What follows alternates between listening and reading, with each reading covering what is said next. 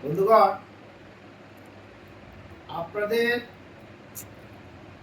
আহ্বান জানাই সোশ্যাল কাজ করার জন্য। তার সঙ্গে সঙ্গে এটাই আমাদের ধর্মের প্রথম দিক। অতীতে আমার বায়োডাটা খুব লম্বা চড়া দেওয়ার দরকার নেই। আমার লক্ষ্য ছিল সোশ্যাল কাজ করা। নিজের ওয়ার্ক থেকে সোশ্যাল ওয়ার্ক করেছি, যেটা উপরলাগায় তোলা থাকবে, যেটা ধর্মের প্রত্যেক ধর্মে বলে আল্লাহ নবীর আদর্শ।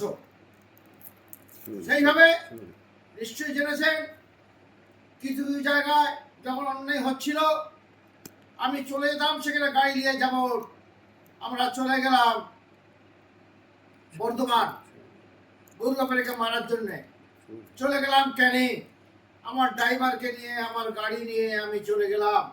লক্ষ্য অন টাইমে যেন ভালো কাজ করতে পারি। এইটাই সেবা।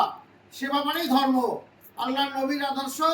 তার সঙ্গে সঙ্গে যেগুলো মাদার টেরিজা যে আদর্শ মেনে করেছে, যেগুলো ওদের কম খ্রিস্টান মানে না।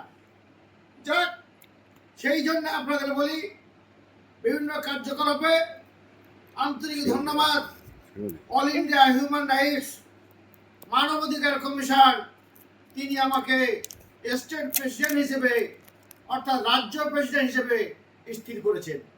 আমি সেইভাবে কর্মের পাশে পাশে বিভিন্ন জেলায় আমি হিউম্যান রাইটসের সদস্য করছি আপনাদের। তার সঙ্গে সঙ্গে আপাতত আমার আন্ডারে 20 জন করে নিয়েছি। আমি 50 থেকে 60 জন সদস্য করার পরে দিল্লি থেকে এসে উনি এখানে আমাদের গ্রুপে সংবর্ধনা দেবে। কি কাজ? What is the human rights?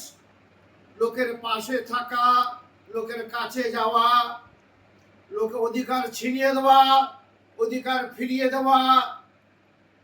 তার সঙ্গে সঙ্গে বর্তমানে আমরা দেখছি অন্যায়, অবিচার, অত্যাচার চাইলেও না পায় সুবিচার।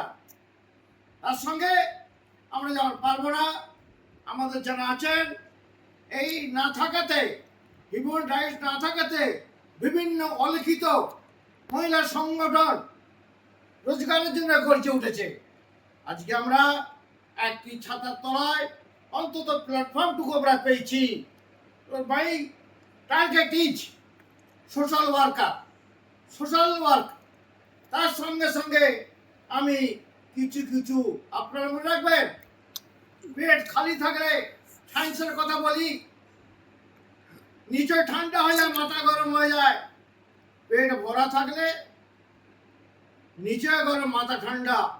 আর কর্মের নেশা থাকুক, আপনার হৃদয়ে যদি কাজের নেশা থাকে, নিজের ওপরে সকলই কুসুম কুসুম গরম থাকে। অর্থাৎ আপনার নেশার কাজ করতে আপনাকে সাহায্য করবে। আমার আলানিল্লাল বালা।